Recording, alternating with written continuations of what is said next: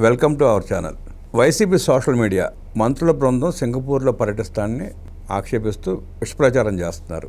రాష్ట్ర పరిస్థితి బాగాలేదు, ఆర్థిక లోటు ఉన్నప్పుడు ఎందుకు మంత్రులు పర్యటిస్తున్నారు అంటూ విమర్శిస్తున్నారు.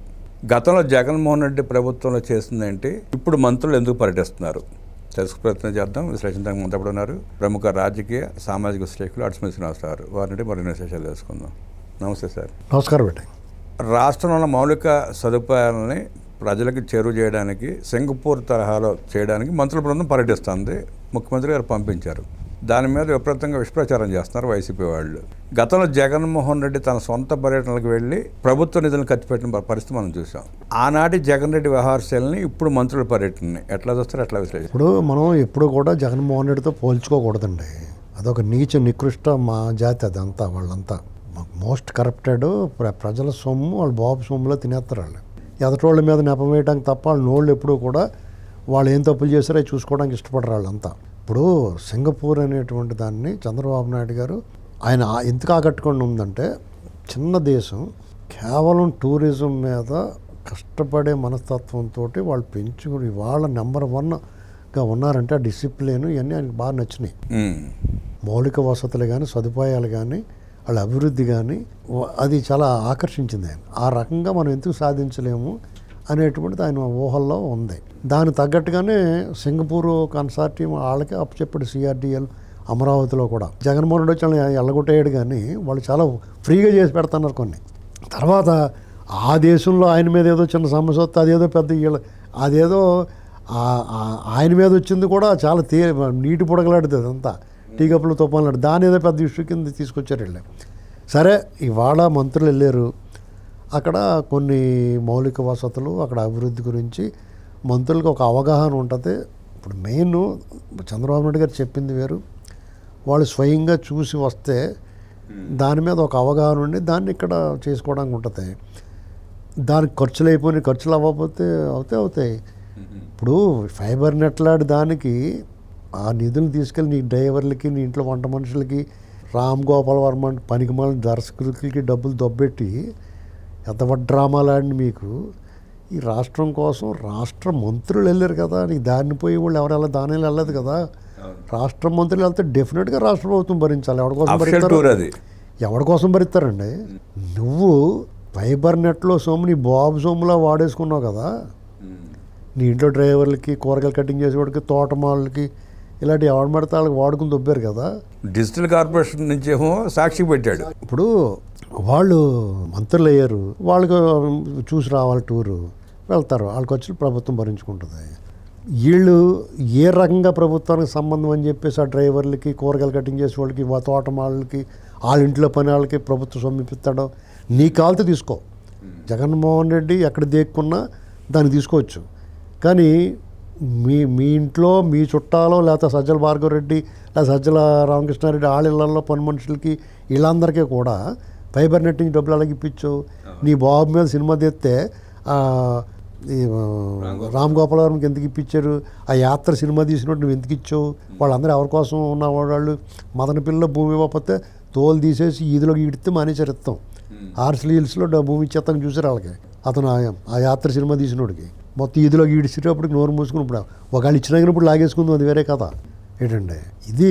మీరు చేసే పనులు దగులుబాజీ పనులు అన్నట్లు ఎదటోళ్ళ మీద పెడతారా మీరు? ఒకటండి, ఈ ప్రభుత్వం చంద్రబాబు నాయుడు గారు ఆధ్వర్యంలో కూటమి ప్రభుత్వం, చంద్రబాబు నాయుడు గారు, లోకేష్ గారు, ఈ బీజేపీ వాళ్ళు వీళ్ళందరూ కూడా వీళ్ళు ఎక్కడా కూడా ఒక్క ఇంచు కూడా దారి తప్పి నడవట్లా. వాళ్ళు ఎవరికైనా అన్యాయం చేస్తున్నారంటే ఎక్కడో చోట లోటు జరుగుతుంది, వాళ్ళ కార్యకర్తలకే చేస్తున్నారు తప్ప ప్రజలకి ఎవరికి చేయట్లా. ఇది గుర్తుపెట్టుకోవాలి. ఆ కార్యకర్తల్లో కూడా ఓ 10% 20% ఉంటారు, వాళ్ళకి అసంతృప్తి ఉంటుంది, వాళ్ళు బాధపడుతున్నారు అంతే తప్ప. ఇప్పుడు 180 మంది కార్యకర్తలకి వాళ్ళు లోకేష్ గారు ఒక ట్వీట్ వేస్తే స్పందిస్తున్నాడు. అవును, సీఎంఆర్ఎఫ్ నిధులన్నీ కూడా ఎప్పుడు చూడని విధంగా సీఎంఆర్ఎఫ్ నిధులు విడుదల చేస్తూ ఉన్నారు. ప్రతి ఎమ్మెల్యే దగ్గర నుంచి CMRF chief minister relief fund వెళ్తూ ఉంది. వాళ్ళు ఏం లోటు చేస్తున్నారు? ఏదైనా ఉంటే సీనియర్ కార్యకర్తలు కొంతమంది మమ్మల్ని పట్టించుకోవట్లేదని ఇలాంటి కంప్లైంట్లు ఉన్నాయి తప్ప, ముఖ్యంగా వీళ్ళు ఎందుకు వదిలేస్తున్నారు రోజా నాళ్ళని పట్టుకుని ఎరగొట్టేయకుండా అని అడిగే వాళ్ళకి అలాంటి కోరికలు తీర్చట్లేదు. ఆ అసంతృప్తి ఆ శాతం ఎక్కువ ఉంది. ఆ సెక్షన్లో ఉంది తప్ప, మిమ్మల్ని ఎరగొట్టేయమన్న సెక్షన్లో ఉంది తప్ప, అన్యాయం చేస్తున్నారో లేకపోతే ఈ పెట్రోలు డీజిల్ వీళ్ళు పట్టించుకోవట్లేదు. ఇప్పుడు నీ నెత్తి మీద నువ్వు తలకూరు పెట్టేసుకుంటే నువ్వు నేనేం చేస్తాడు ఎవడన్నా? లీటర్ కావాల్సిన 5 లీటర్లు కొట్టించేసుకుంటే ఎక్కడి నుంచి తెస్తారో? అది వీళ్ళ విషప్రచారమే. వీళ్ళు కావాలని సృష్టించేదండి ఇది.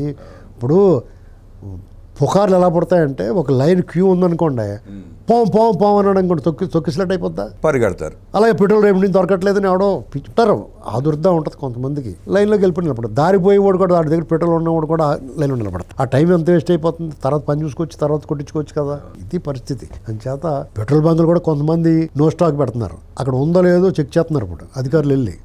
ఇలాగా స్టాక్ ఉన్నా కానీ నో స్టాక్ పెట్టిన వాళ్ళు తోలు ఫైన్ వేస్తున్నారు వాళ్ళకి. కాబట్టి వీళ్ళు ఎప్పుడు కూడా జగన్మోహన్ రెడ్డి ఆ మధ్యన జెరూసలేం గట్ట వెళ్ళాడు. అక్కడేంటి ఉప్పు నీటిని మంచినీరుగా మార్చే స్కీమ్ అంట. అక్కడ 2-3 ఫోటోలు తీయించుకుని వచ్చాడు. కాకినాడ సముద్రాన్ని వైజాగ్ సముద్రం ఎందుకు మార్చలేదు? పేరు నాని బందర్లో మార్చేయచ్చు కదా, మీ ఇంటికి పెట్టించేయచ్చు కదా, ఎందుకు పెట్టలేదు? అవును. అంత ఒక్క కవర్లు చెప్తారు, అలాగే వీళ్ళు ఊరుకుంటున్నారండి. అంటే మాకు తెలియదు అనుకుంటున్నారు మీరు చేసే ఆశలో. ఆ జీవోనేమో పర్సనల్ యాత్రకి 23 లక్షల రూపాయలు ఖర్చు అని చెప్పి జీవో విడుదల చేశారు. ఇప్పుడు నేను 23 లక్షల ఖర్చు నేను తప్పట్టినాడు సీఎం వెళ్తే అవుతుంది. దాన్ని మనం బ్లేమ్ చేయం. నువ్వు చేసిన పని నువ్వు చేసి వీళ్ళు వెళ్తే ఎలా ఎడుతూ ఎందుకంటాను నేను. వేరే వెళ్ళారు, సీఎం ఖర్చు గవర్నమెంట్ పెట్టుకుంటుంది. అలాగే వాళ్ళ మంత్రులు ఫార్మాలిటీ, అది ప్రోటోకాల్. అది దానికి ఎడుతుమేటి సిగ్గు లేకుండానే ప్రతి దానికి. అంటే ఇప్పుడు ఎందుకు ఎడుతున్నావు అంటే ఎగదొప్పడానికి అన్నట్టు ప్రతి దానికి ఇలా విషయం ఎక్కితే రోజు చచ్చివాడికి ఎవడు ఎడుతాడండి? విలువ ఉండదు కదా. నిన్న మొన్న లోకేష్ గారు ఎక్కడికి వెళ్ళాడు, ఎక్కడున్నాడు లోకేష్, నీకు చెప్పి వెళ్తాడా? నీకు చెప్పాలా? అది ఎవడన్నా అడిగినోడికి నేను చెప్తున్నాను నేను. ఎందుకు చెప్పాలి? మీకు ఆశ్రయించిన వెళ్ళాలా? అలాగే నాకు ఇప్పుడు దొడ్లోకి వెళ్తానికి కూడా చెప్పి వెళ్ళాడా? చెంబట్టుకి వెళ్తానికి అంటే ఆ చెంబులు తీసుకెళ్దామనేమో ఎంత వేషాలు వేస్తున్నారో బుద్ధి లేకుండానే ప్రతి దానికి. అందుకనే వీటికి కఠినంగా చెప్పాలి సమాధానం. చాలా డిప్లొమాటిక్గా, సంస్కారవంతంగా, గౌరవంగా చెప్తే వాళ్ళకి ఇంకోటి అడుగుతారు. అవును. నోరు ముఖం పగిలిలా సమానం చెప్తే నోరు మూసుకుంటారు. చేత అవుతే అవుద్ది. అయితే ఏంటి, పొదుపు సరే ఇంకో దాంట్లో కవర్ చేస్తారు, నోరు మూసుకున్నాను అని చెప్పాలి. వాళ్ళు పర్యటించిన ప్రజల కోసమే కదా. అలా కాదండి, సింగపూర్ చూడాలని వెళ్తారు. అయితే ఏంటి, ఇప్పుడు మంత్రి సింగపూర్ చూడాలనుకున్నారు, వెళ్ళారు, వెళ్ళొస్తారు, ఏమవుద్ది? ఇప్పుడు నువ్వు గుడిలో ధర్మకర్త అయితేనే ప్రసాదాలు గంపలు ఇంటికి పట్టుపోతావు కదా, కొబ్బరి చెప్పలు అయ్యి. ఒక మంత్రి అయితే, నువ్వు ఒక కార్పొరేషన్ డైరెక్టర్ అయితేనో లేదా ఒక కార్పొరేటర్ అయితేనో టోల్ గేట్ దగ్గర నుంచి ఏమి డబ్బులు కట్టను అని చెప్పి గొడవ అంటారు కదా. ఏంటండి, ఓ చిన్నదానికి నేను ప్రతిపక్ష హోదా కావాలి, 11 సీట్లు వచ్చి అడ్రస్ లేకుండా పోయినా కానీ ప్రతిపక్ష హోదా కావాలని ఎడతారు కదా. ఒక మంత్రి అయితే ఆ గవర్నమెంట్ సొమ్ము రూపాయి తినాలని అనుకోడా? ఏంటండి, మరీ అడ్డగా కత్తిపేట కాలు కోసుకోకూడదండి. వాళ్ళు కూడా కొన్ని చూసి అలా భరించాలా. ఎందుకంటే మనం ఓటికి 2 ఏళ్ళు దొబ్బినప్పుడు ఇంకేమన్నా మాట్లాడతానికి ఉంటుందా? అది వాస్తవమే. అంతే, నోరు మూసుకుని కూర్చోవాలి. ఎవడన్నా ఎవడు డబ్బులు ఎవడైతే తీసుకోలేదో ఆడొకటి తీసుకుంటూ మానేస్తే కుదరదు. వాళ్ళు ఊళ్ళో వాళ్ళందరూ మానేసినప్పుడు నువ్వు రోడ్డు మీద వచ్చి అడగగలడు. నువ్వు మానిపించాలి మిగతా వాళ్ళు కూడా, అప్పుడు అడగగలవు. లేదంటే పైన కింద మూసి కూర్చోవాలి. ఈ ప్రశ్నించేది కూడా కార్యకర్తలు, ప్రజలు కాదు, మాజీ మంత్రులు, అవినీతి పరులు. వాళ్ళు మీకు అంటున్నానండి. ఇప్పుడు పేరు నాని, కాగాని గోవర్ధన్ రెడ్డి వీళ్ళందరూ పెద్ద బందిపోటు దొంగలు, దొండిపోళ్ళని బ్యాచ్. వీళ్ళు మాట్లాడుతూ ఉంటారు. మంత్రుల పర్యటన గురించి, జగన్మోహన్ రెడ్డి పరిపాలనలో చేసిన వెచ్చవెల్లి ఖర్చుల గురించి మనకు తెలియజేసిన అడ్స్మిల్ గారికి ధన్యవాదాలు తెలియజేస్తూ నమస్కారం.